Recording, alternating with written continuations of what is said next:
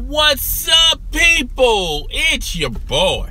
I'm Christian Down One, and I am back with another video. Rate, comment, subscribe, and since you're already getting ready to subscribe, hit that notification tab, that notification bell, so it'll let you know when my live stream or video is uploaded.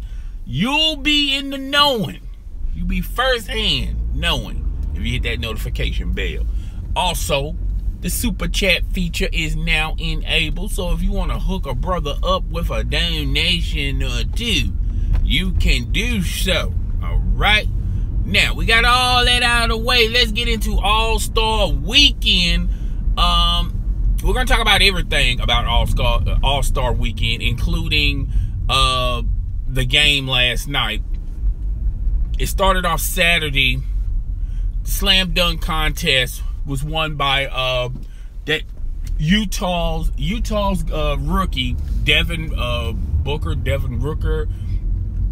Sorry if I mispronounced his name. He did an homage to Vince Carter's slam dunk that Vince Carter made famous when he was with the Toronto Raptors, when he was competing against Tracy McGrady, which, by the way, Tracy McGrady is cousins to Vince Carter. They're related. So, and they competed against each other in the slam dunk contest, and Vince Carter won that. And that signature dunk is the dunk that that won him the slam dunk contest. I felt like Larry Nance Jr., when he paid homage to his father, the dunk he made famous.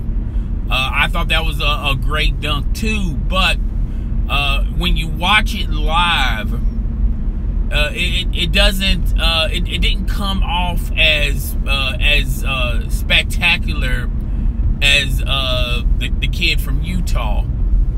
But when you slow it down, dunks like that you have to watch in slow-mo. All right. Larry Nance Jr.'s father played in the NBA. He also played with the Cleveland Cavaliers, and even wore his father's number. So I thought that was a good dunk. But if you have to give the grade about the dunk contest, I thought the dunk contest was decent. It was getting there. Now a lot of people feel like these players are running out of different ideals, but I think one idea that they can go to is trying to do dunks back in the past, like what Dominique Wilkins did, what Michael Jordan did, all the famous dunkers back in the day, even Kobe Bryant, So I think the slam dunk contest is getting back to where it once was back in the glory days, starting to become exciting. All right. Now the 3-point contest, I'm sorry I forgot the guy's name, but he plays for the Phoenix Suns. He won the 3-point contest. I didn't think he was going to win. All right. I had my mind set on other individuals, but because to me he's more of a volume shooter type of guy. When he gets hot, he gets rolling, right? But he's also one of those types of shooters that's sort of kind of streaky. One night he can score like 40 or 50 points, and then the next night he'll probably score 10. So he has to really feel it in order to me, be good. Now, he's still young. He's got a lot of growth and development in front of him. And, who knows how he's going to turn out 3 or 4 years ago, but 3 or 4 years down the road. But I feel like the Phoenix Suns are in a good place with him. I remember he was also mentioned as a possible trade piece because they was thinking about trading Kyrie Irving to the Phoenix Suns. And that was one of the players the Cleveland Cavaliers were interested in. And the Phoenix Suns said, no way, no how. All right. So this kid is special. But he won the 3-point contest. The 3-point contest, I think, took a slight dip this year than previous 3-point 3-point contest, but it was still decent. As well as the skill contest. You know, I rarely watch the skill contest. I forgot who won that. I'm pretty sure somebody's going to mention it in below this video. Paul George had a terrible 3-point contest game. I mean, I think he only scored like 6 points. He was missing mad buckets left and right. I was shocked that Paul George even want to add his name to the 3-point contest. Okay, but you know, that was the talk of the town, so to say, Saturday night. And good thing a lot of these games started on Saturday night.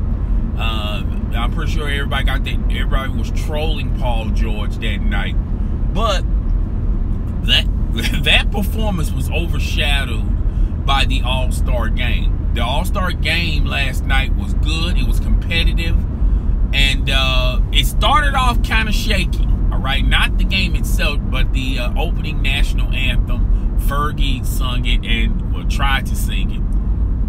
I thought, I didn't know if that was Fergie or Candy from Escape, because I thought as soon as she was going to break off into the national anthem, I thought she was going to do her best interpretation of Candy from Escape. When a man loves a woman, oh.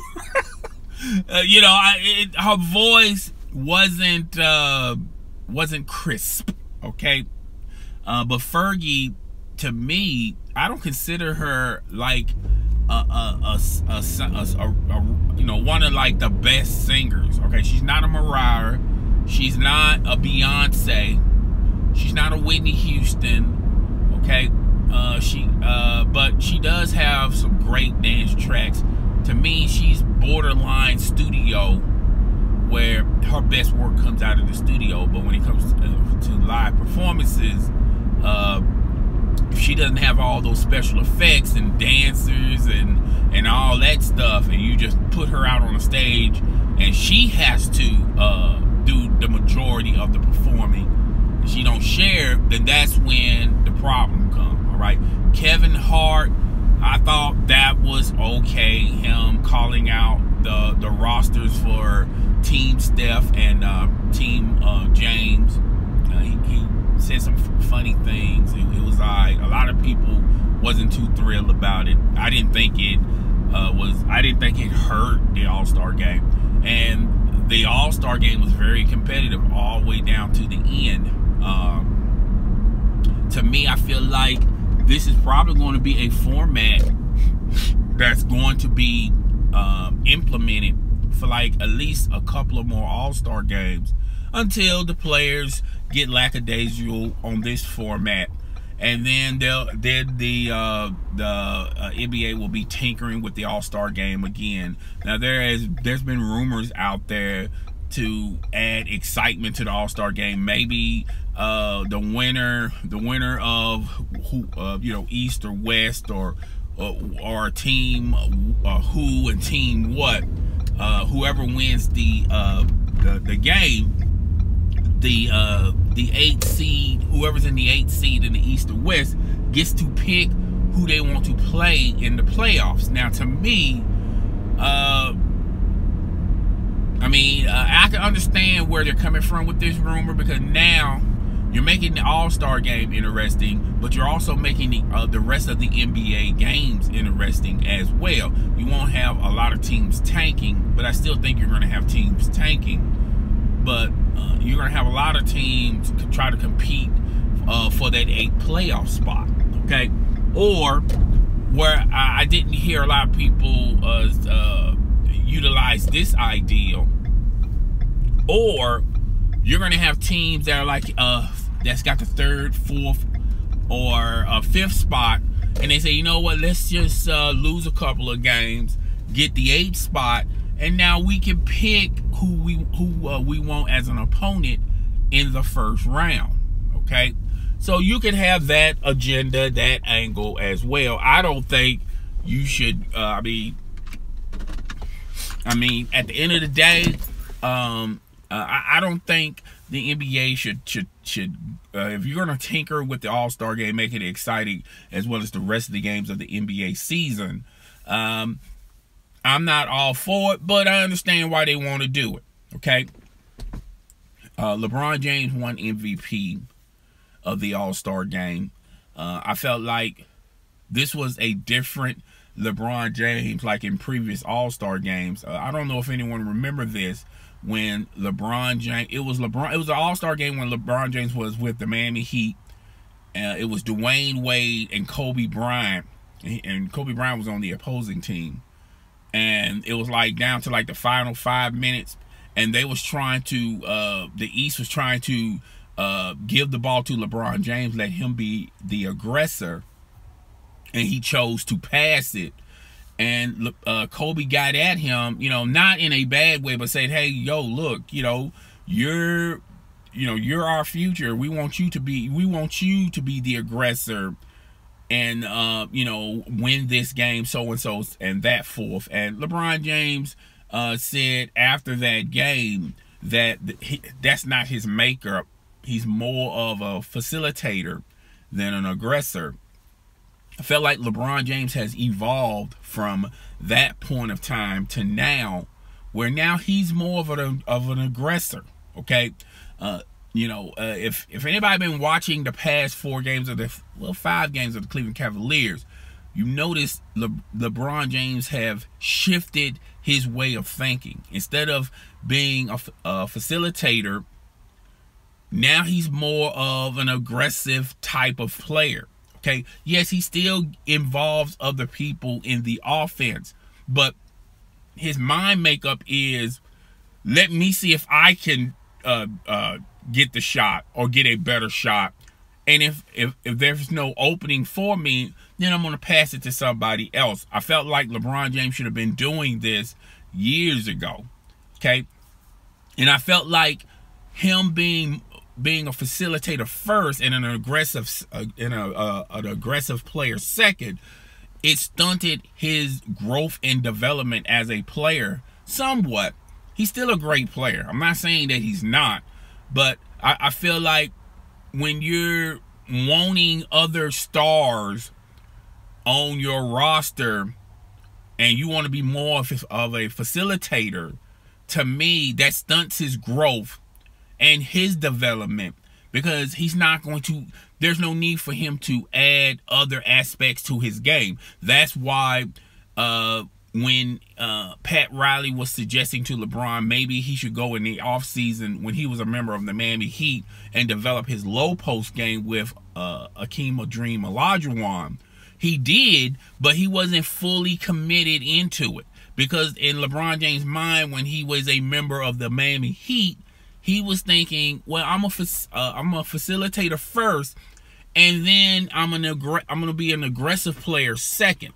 Okay, and I felt like that stunted his development somewhat, and that's why he needs that's why there's an urgency and a dependence of having another star player with him.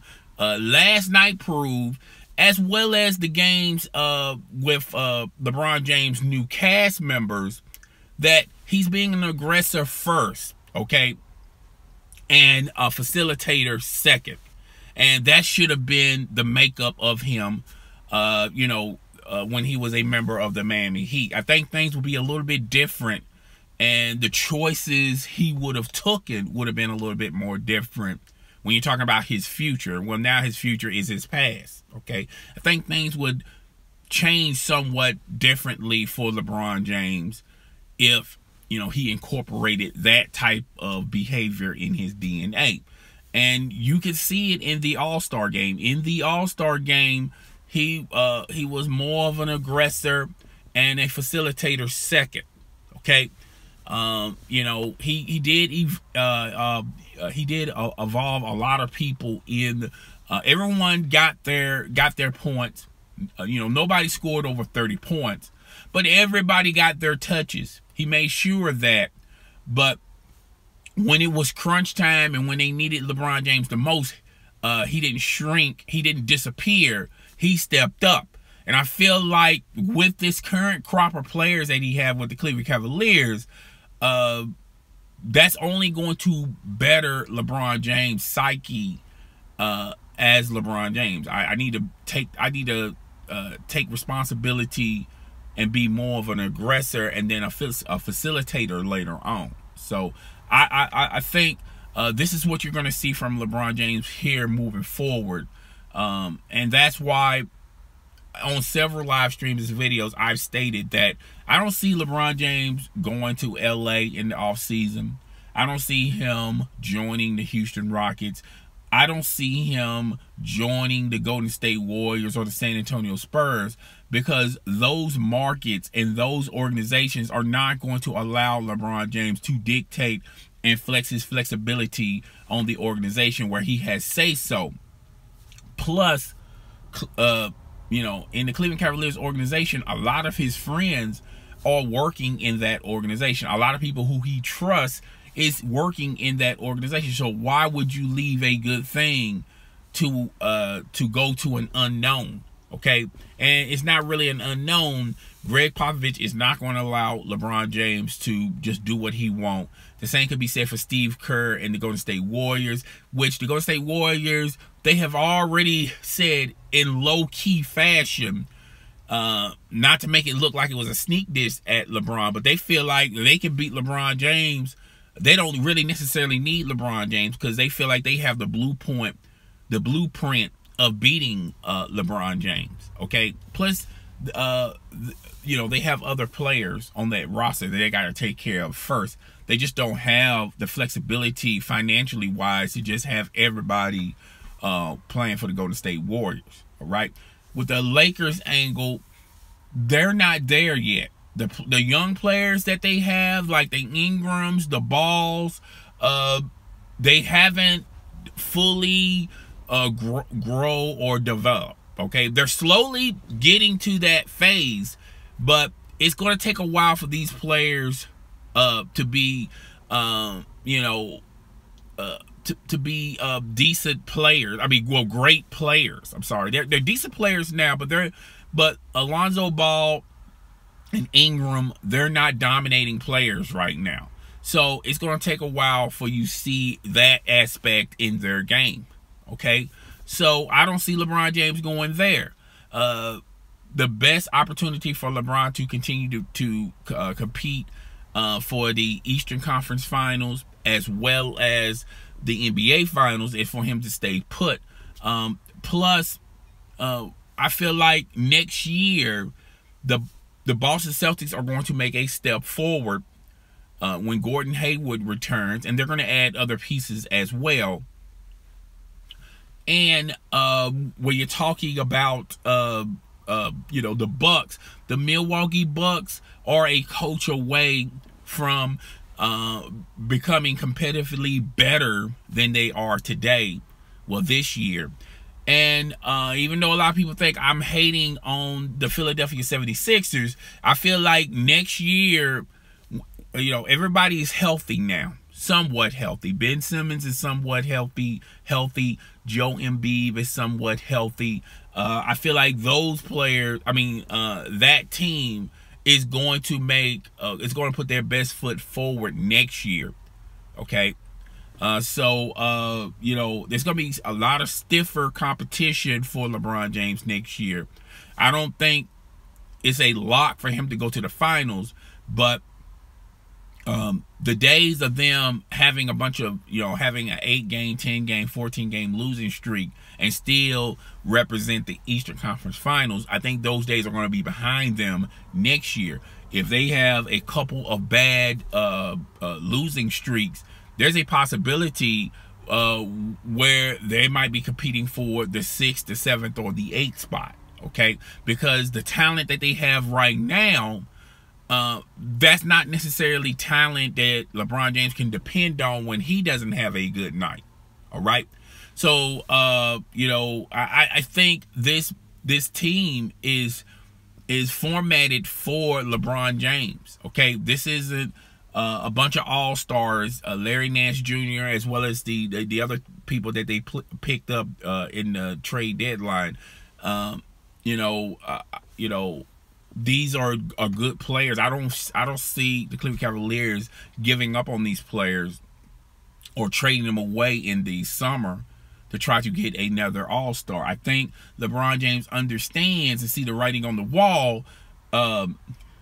It's good to have other All-Stars, but sometimes it's a bad thing, and all he has to do is look at his own roster a month ago. Okay, when you have a bunch of All-Stars have their own agendas. Okay, and they may be interested in trying to get a championship, yes, but when you're trying to compete for a contract, a max deal, or when you feel like you're the alpha, you was the alpha at your old team, and you still feel like you're the alpha even with the Cleveland Cavaliers with LeBron James, those are problems. Okay, I don't think LeBron James is going to have those problems with his new cast members unless he thinks about trying to add another star. All right, but the All-Star game was good. If I have to give the All-Star game a grade, I would give the whole All-Star weekend a B+. Okay, it was, a lot of people are not going to give it that high of a grade, but I am. Okay, but guys, tell me what you think out there. Rate, comment, subscribe. It's your boy. I'm Chris the Down One, and I am out of here. Deuces, guys.